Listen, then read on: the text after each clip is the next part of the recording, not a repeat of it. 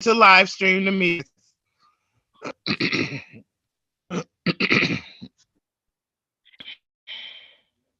It may be hard. hard It's loading. Just so you know, because there's a lot to share, but I don't have to leave now, so. Yeah. Okay. It's loading. So Nayyirah just said that she had streaming. to pop off by 1:30, and so, but we won't go till 1:30. We might go over a little bit, but we won't go to 1:30. Okay, I don't have any management for pages don't and let me profiles, be the don't let me be the person that's like y'all like closing up the conversation. Like, don't do that. Okay, so we all know the rundown. You know, did you get your notification that says got it? Yeah, we're live. We're live. Okay. Everybody can hear us. Let's go. Hi, everybody. We're live. Okay, so I'm going to share this video.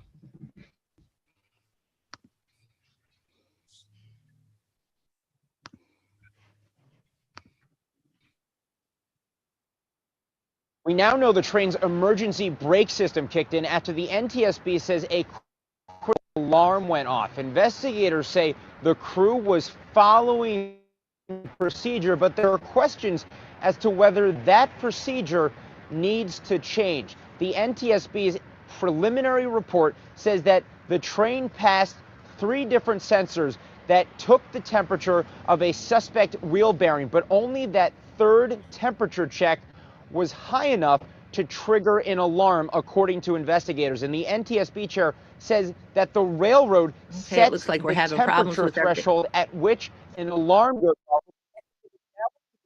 If that go ahead and cut the threshold video. We'll just start. should be different. We're live. It's this fine. report came. Secretary visited this community and visited the derailment site. Hi, everyone. Welcome to the Water Wednesday, People's Water Board Water Wednesday show. We've had a lot of technical difficulties today, and we've worked for about the last hour and a half to try to go live today because today's show is so extremely important to everyone. And I'm really grateful. In such short notice, I got a hold of Melissa Mays and Nayyirah Shariff this weekend and asked them to be on the show because we wanted to have this really important conversation with you all, and you all wanted to have it with us.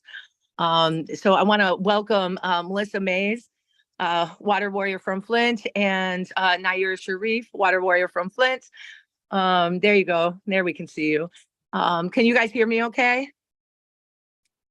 Okay, you're both on mute. There you go. Oh, yeah. Yeah, I can hear you. Great. Thank you so much for like literally waiting the last hour so that we can figure this technology out. Thank you so much. And thank you for coming on to tell us what you witnessed on the ground there in East Palestine, Ohio. And I'm going to get right into it because people have really been, they have a lot of questions and they really want to know what happened. So can you kind of just start, either one of you, if you want to start, Nayyirah or Melissa, either one, and then we'll just chime in like we always do. We'll do it like a round table discussion. Kind of what's happening on the ground and what did you witness when you got there? Yeah, we'll start there. So for the past few weeks, about just a few days after the burn, the controlled burn, I was connected with East Palestine residents through Jordan Sheridan, through Status Quo, independent news outlet, who'd been on the ground there with the residents, who were saying completely different things than what the mainstream media was saying, and it's still happening. But I mean, the similarities to the Flint water crisis were undeniable. So I started talking and gathering information and offering resources. I talked to Aaron Brockovich and Bob Bocock, who helped us. And again, I always say that every bit of science that comes out of my mouth, I had learned from Bob and Aaron and Lois Gibbs. And so all of these folks who had helped us in Flint are now trying to help in East Palestine because they're telling everybody it's fine, it's no big deal, the water's safe. But then going back and forth saying, leave your home, stay in your homes, leave in your home, stay in your home, just kidding, it's fine. And now they actually put out a video saying, well, you can smell it, but you have to smell a lot of it for it to actually cause you harm. It's the same thing they were telling us about the carcinogens and the total trihalomethanes in our water in Flint. Right. That you have to, Total women. gaslighting. And it's absolutely. And then they're telling them, it's all in your head. They set up an actual clinic. The state of Ohio set up a clinic, same as state of Michigan, with the people of Flint who developed rashes, and started talking about how it's in their head, how women are just over emotional. Our current mayor in Flint right now had also, because we just had this huge main break and then we had another one following it, said that residents are just hypersensitive about the water. And so while you think? Oh yeah, but also you just basically say it's in our head. But we just had to go to court again and hold them in violation of the Safe Drinking Water Act case, my pipe replacement lawsuit, for the 5th time. So it's the same type of thing of them backing out, saying, but also we saw it with COVID too. Whenever it's a public health crisis, oh, it's safe, it's not safe. This is safe, it's not safe. These folks, yeah, nobody knows what to do because they're getting all this like confusing information. Right. So the residents have already quickly learned that they can't trust the elected officials, and also most of the testing has been funded by the railway. And so, and they're actually stalking the residents. They're trying to buy off the residents. So I have this group of women that I'm working with right now to help them with organizing, collecting data. And then they asked if I would come down, if we could come down and do sampling. And then Erin asked if we would want to come down when she was doing a town hall and help, so we did. Nayyirah and I got in a car and went down there and met with residents and saw what they saw. And then we went to their homes and collected samples for water and soil. And then we also went to a creek where they're doing filtration and aeration. And we were okay. We were given, so I had reached out to some toxicologists and they gave us some safety information, testing tips, things that we need to do, chain of custody, similar to what we did in Flint. So I was familiar with that process because independent testing is how we exposed any of it. And, so we couldn't trust the safety on us. So we then again did the same things that we did before, and then basically we're making a training video for residents how to train, how to be safe. Here's what you can buy from Walmart. So it's easy to, grasp on stuff because stuff that they can actually have access to. Right. And I mean, they're not going to be the most perfect test, but it'll at least give them an idea. So we talked about how to capture these certain contaminants and how to, film the chain of custody so nobody can say this and this, how to be safe. And then I had ordered these N95 respirators, which we were told for VOCs, which is what we were dealing with. But it worked in the house and in town. However, when we got to the water, the creek, where they were doing the filtration and aeration, we got sick. We were there for less than a half an hour and collected 6 samples of soil and water and filmed all of it. And you can actually see in this video, like how I started off talking fast, doing my thing, here's explaining, every step of the way. And then as soon as we got in there and started collecting these samples, we started getting sick, headaches, and then we were like vocalizing as we were doing it because we were trying to document what was going on. And we, like when we got done, after that half an hour or so, Nayyirah and I are standing by the truck trying to deal with these samples, like drunk, just standing there, like, but not fun drunk. Just there's parts where Nayyirah's standing there like this, and I go to the truck to get something, and I'm like, and I'm standing there, and then my head hurts. Then we start describing how we physically feel. And then the East Palestine resident who was with us, Ashley McCollum, who is amazing, she started explaining, and she started having chemical stuff because where we didn't have our face covered for her started blistering because the water, they're aerating it, throwing all of the chemicals up in the air. But I mean, it's coming back down, and it smelled so bad. It was hard for us to actually do that. But with the videos and us having our reactions, people are actually saying, okay, well, there might be more issues like this and this and this. And there's concerns about bacteria with those blue and green colors and everything and the way that, so, the residents, of course, are uncovering more issues. But yeah, when it finally came time, we packaged up the last sample and got out of there because we were sick. And then the whole drive home, I kept forgetting to get gas. And so Nayyirah, so it messes with your memory as well. Yeah. Nayyirah, how important, and this is what you guys learned in Flint, how important is it for people to kind of capture the harm that's been done now, the blood testing, the like all of the water testing for those things to kind of happen now in this moment.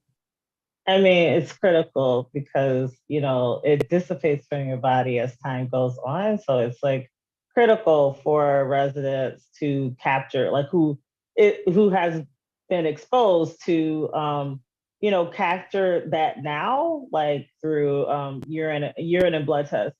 And I would say, like, for me personally, because, source water contamination is not my wheelhouse, but as someone who has been an organizer for like over 20 years, I wanted to pay organizing forward because, like, in the aftermath of the Flint water crisis, we had organizers from Ferguson, Missouri come to speak to residents, because, like, I've been an organizer, but the residents of Flint have not been organizers, before the advent of the Flint water crisis. So really, like, talking about, like, the struggle of, like, what long-term reparations looks like, and like that type of justice, and the stuff that you can just have, like that burnout that happens, and like looking at, like, on the ground, like through my eyes as an organizer, just seeing just media just like converging like ants on a dead like on a dead body, Yeah. like they were just kind of swarming, like media was just kind of swarming like all over town. Like when we were in front of Ashley's house, just because we were wearing masks, there was media who was like, hey, are you like doing something else? Or like, we're like, no, we don't. Like, they're just like really like trolling the streets, like just trying to find someone to try to find like vultures. a rando like angle. Yeah, just like extremely exploitive. So it was just like, trying to give encouragement to residents, like that the only way you're gonna fight for like the long-term justice and resources that you need is through organizing. Because there's also been like attorneys just also converging, on, and it's just like, like you can't, like when disasters happen and the human impact is real, like you can't dance to the media's tune. Like it's like you can't follow, like the media right now is kind of like the band leader and residents are like, okay, we're telling our story here, we're telling our story there, we're participating here. And then also like they're still processing what's happened, and just like what the long-term, like it's still that processing and, like, okay, I'm telling my story. And, hopeful that they're going to get, like, we're going to be, collectively telling our story and fighting, for all of the things that they definitely deserve, because the other thing is like politicians are like basically, capitalizing and using this as a prop to kind of fit like their own political narrative, but it's still not serving, the residents who have been it's harmed. not the narrative of the people. Right. Yeah. I mean, that's what we learned from Flint, right? That, they're not going to anything that any kind of justice has to be organized and won by the people. And even then it's a long haul thing. And this, it's going to be a pitched battle, because, like as Melissa was saying, like when we were there, I was horrified when we were at the creek. And I'm assuming like it was like talking to Ashley, the East Palestine resident, like that was like the third station. Like basically they were pumping, like there was a diesel generator there and it was pumping, sucking up the water and just blowing it out, with the hose. And it was people who didn't have masks on. It was right next to a nature trail and people were just walking down the trail. It was people just taking pictures next to the pump. Like it was just totally wild. Like it was like a tourist destination. I was just like, I felt like it was like a statue of like some figure, some historic figure. Heartbreaking. And it was wild, like because I also had like I also ended up with a rash. I had 3 layers of clothing on, like the rash across my entire chest, like that kind of like manifested later on that day. And Melissa, you said you guys were there for like a half hour. And if you guys had that kind of experience, imagine what the residents are going through. Mm-hmm. So today's the first day that I felt like I had my brain back-ish. And, you know, it's been sick. I mean, I was nauseous. I almost threw up in my respirator. And the thing is, we posted some of the videos and people were like, oh, that's not good enough, this. And I'm like, these are very expensive respirators that we were told was fine for, you know, volatile organic, you know, compounds. However, the fact that we could smell it through the mask means there's more than just the VOCs in there. Right. And so then we need to purchase these very expensive full masks. And people are like, why didn't you get this? I'm like, first of all, we were told these would be fine for what? The chemicals, you know, but then the EPA was putting out this list of 5 compounds. There's like 7, 8, or 9 coming out right now through independent testing. Damn. And so basically what you're telling, but then also those big respirators with the things, I have those, you know, for when I painted my kitchen. But then the things you have to get are for acid gases, VOCs, all these things. You know how expensive that is? Yeah, most people won't be able to get to them. No, exactly. The hazmat suits, and people are just throwing it out there. Well, they should be wearing hazmat suits. Why don't you buy them for them? Because also they're not paying people. They gave them $1,000 checks, and that's from the railroad, and they have to sign off a whole bunch of rights that people are desperate and they're signing up all this stuff. The same with the testing that the railroad, the people responsible for this, are paying for. And then they're sending in a cleaning crew, which basically they have these botanical antibacterial wipes they're wiping down the walls with. This ain't COVID. It's basically method wipes. And I love method, you know, as a brand, but that shouldn't be. And the company that ain't gonna cure this. Right. That ain't gonna cure this. The company that's doing it has zero experience with any kind of hazardous waste, any kind of, you know, chemical hazards whatsoever. And then the testing, the resident Ashley that, you know, I've been working with, she actually paid $600 out of her pocket to get an independent air test. But the company, and they picked up vinyl chloride, they picked up ethanol, like to a point where she's drunk in her house because it's so high, and all of these other contaminants. But that's all that they could test for, because it's, you know, these companies aren't, you know, set up for this. They're just like, well, this is the best our equipment can do, but this is a problem. They're like the mold type of people. They test your home for mold and stuff. But they even with their equipment, they were able to pick stuff up. And we found out the EPA is not testing for dioxins, which is when you burn off vinyl chloride, that's the byproduct. And that's what will live in your body for 7 to 11 years. And that's what will go 3 generations down. And then the railroad's like, nope. And then the EPA said, well, we're not testing for dioxins because that dioxins can come off of barbecues. I'll tell you what, we were all over that little town and I didn't see anybody barbecuing, you know? And so that's just, it's you know, the lies and disinformation at this point. Right. Yeah. And this is our government. And this is Norfolk Southern is a multi-billion-dollar publicly traded company, you know. And I guarantee you, has done like derailments, you know, because I mean, there's a lot of work to be had, you know, like because of this. I mean, I would say this tragedy lays at a bunch of people's feet, like the corporate greed of, you know, like these train companies that are like having like the, you know, just packing like all of these rail cars, you know, increasing like the number of rail cars that they're hauling, the fact that they're not investing, they're making a choice to like, we're going to roll with the profits and the buybacks, the stock buybacks, instead of making that type of investment into like the infrastructure of the trades. You know, there's that. I mean, there's also, you know, the fact that in the fall, you know, like the railway workers wanted to go on strike and they were blocked by Congress, you know, because they wanted shorter hours and all of this stuff and, you know, better working conditions. The better working conditions. And they were like, that's gonna wreck the economy. We like, you know, all the chatter, you know, about a recession happening. It's like, we're trying to stop this recession. So railroad workers, y'all can go kick rocks, you know? Yeah, so. That's what, right. That's pretty much what they told them.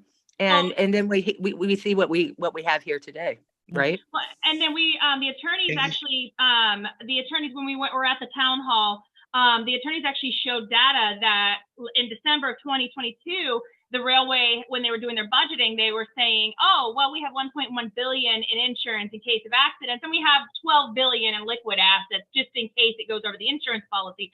So, and also Norfolk Southern for the past 20 years has basically derailed once every 3 days. That is the average. I mean, obviously we saw it when they derailed up here in Michigan. And so that was the same train company. Yes. And so it looks like they would just save money by derailing and crashing and poisoning a small town. And not to mention, because air and water move, with the weather and all that great stuff, there's millions of people are going to be impacted. And Aaron was talking about how the water contamination is going to make its way down to the Gulf of Mexico. So it's just going to be ruining. So because that's part of like the Mississippi watershed. Like if you look at a watershed map, and I know a lot of people do not look at watershed maps. They don't even think about them. But yeah, like that's the way that it's going. It's making its way to the Mississippi, and it's going, down to this logical conclusion of the path of the Mississippi, which is the Gulf of Mexico. Yeah. We have all this going on, and what do you think about their idea to load this solid and liquid waste? You're breaking up. We can hardly hear you, but I think you're asking what about the transportation of the waste? About to Detroit.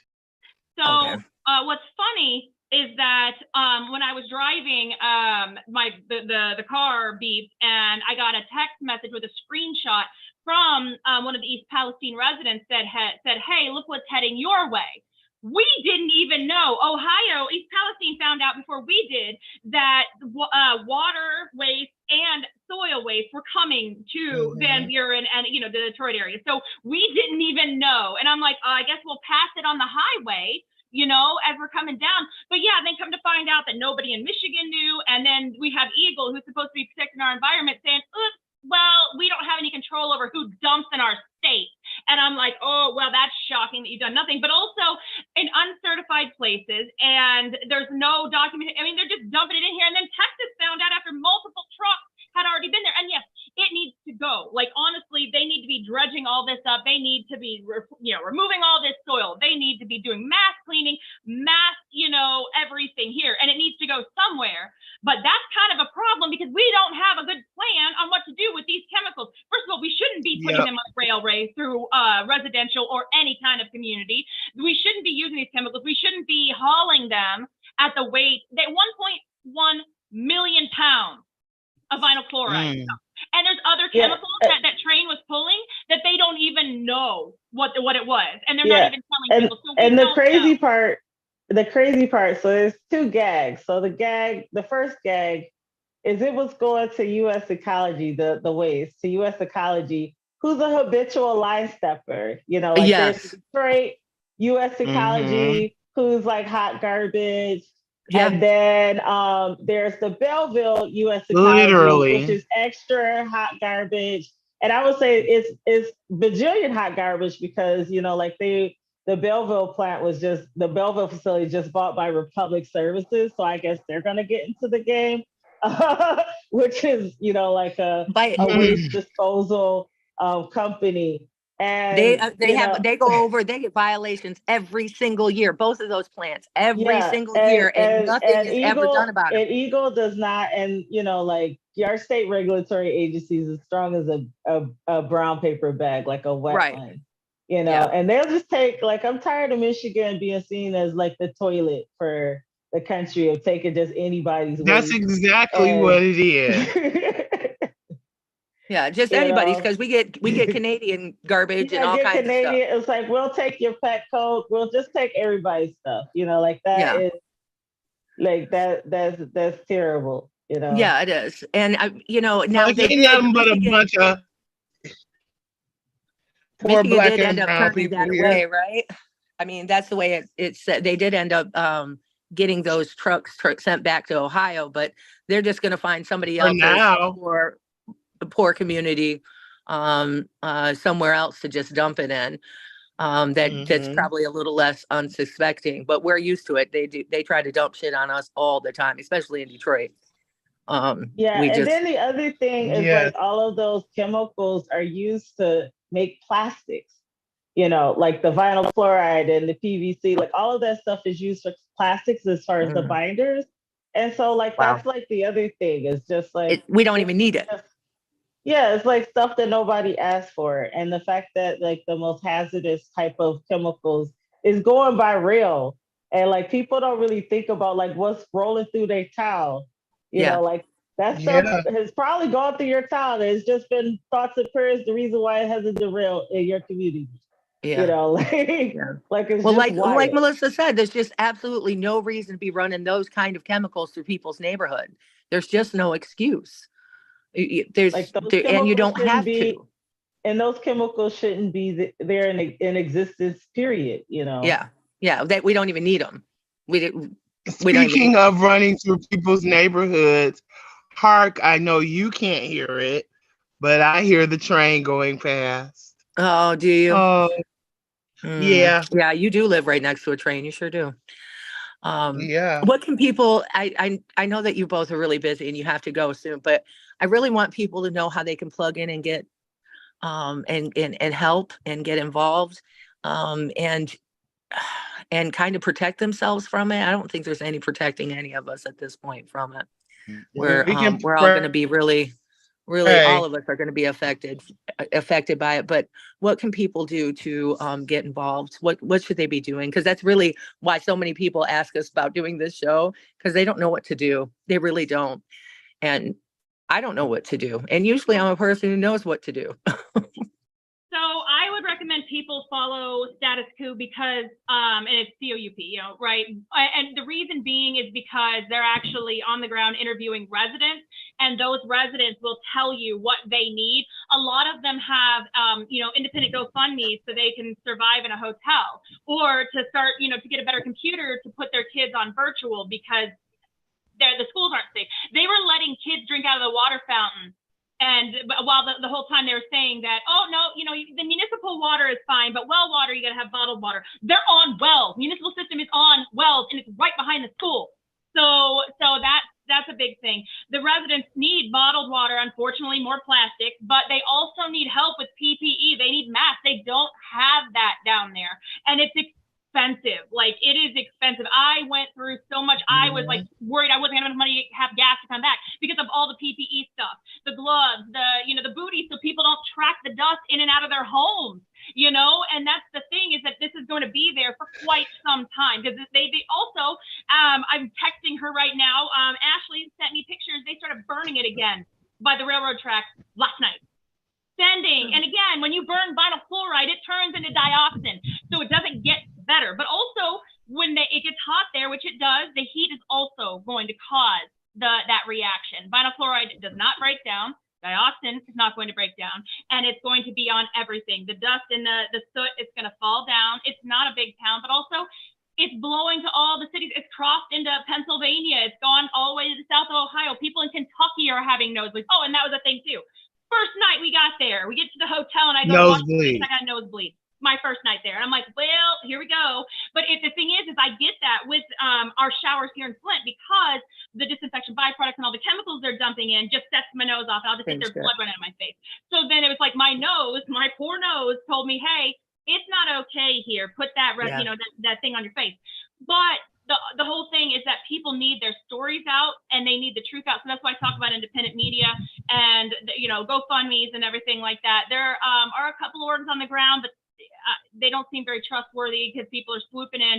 So just the residents, just looking up East Palestine residents and them directly, and they'll tell you what they need, and they'll give you the most up-to-date information that's not making it out there. As of Aaron sent me information right before this meeting that the EPA finally said, don't let your kids go play in the sprinklers that are those aerators, because they told everybody it was fine. They told everybody it was fine and safe, but now they're saying don't let your kids out there. If it's not safe for your children, it's not safe for you, your parents, your grandparents, your pets, period. It is not safe for humans, period. And also there was 45,000 fish that died, and that's not an issue. Wow. 1,000. 45,000, and that's what they've counted on. And then yesterday they found 3 dead deer by the creek. Because and it's weird because when we went down there, it was so quiet. There was no fish. There was dead fish in the creek, but there was no animals, no birds chirping. They got out or they're dead. So yeah, so that it's surreal. But we can't give up. So that's another thing too, is that we can't give up. Everybody's like, oh, they're goners, they're goners. No, these are human beings who did not vote for this. It doesn't matter what their political affiliation. And the finger pointing has to friggin' stop, because if you want people to care about you Democrats, stop saying they got what they deserve for voting for Trump. Those children didn't vote. A lot of people in that town didn't vote for Trump, and it doesn't matter. Yes, he rolled back the regulations, but you know what?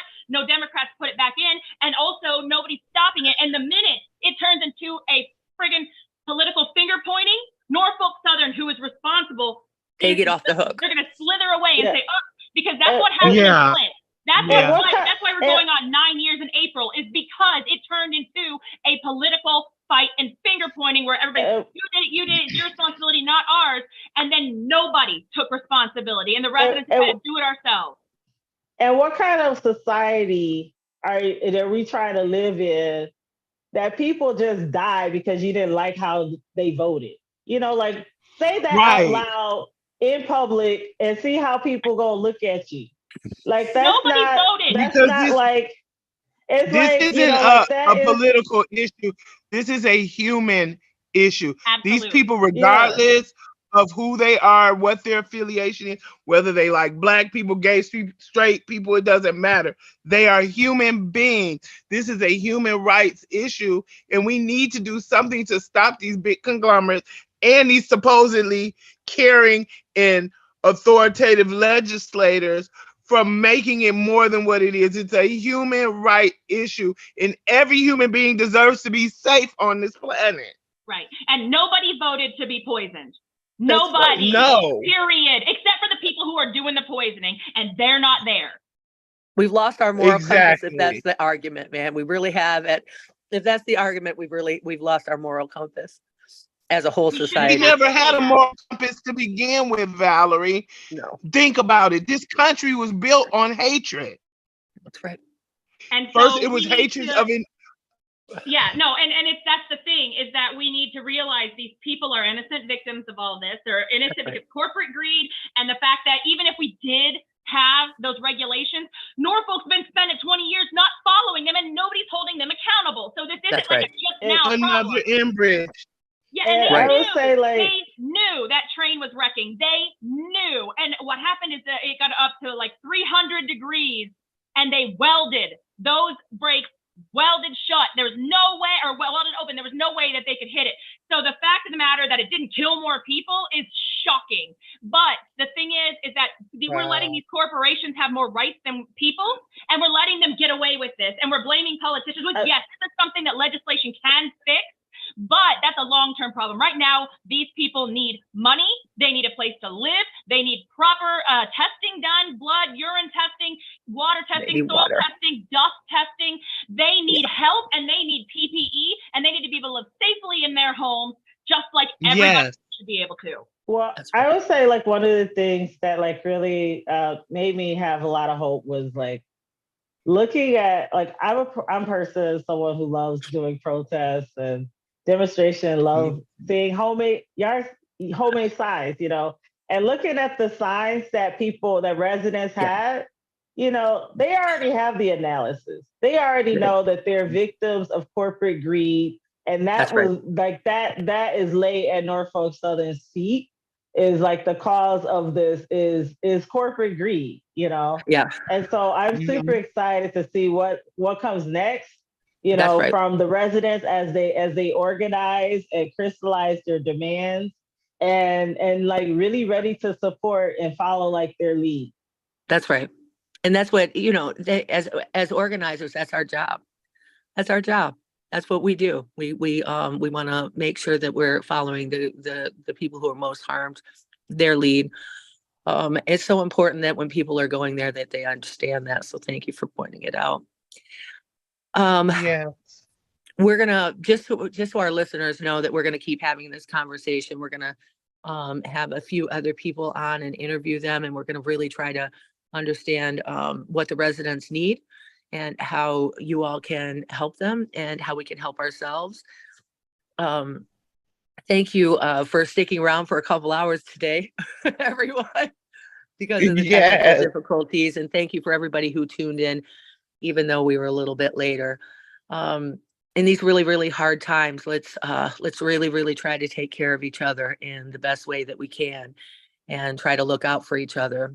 And thank you, Melissa, Nayyirah, and Nicole for the work that you do every day to make the world a better place and to help people. You're my heroes, all three of you. I'm feeling so emotional about this.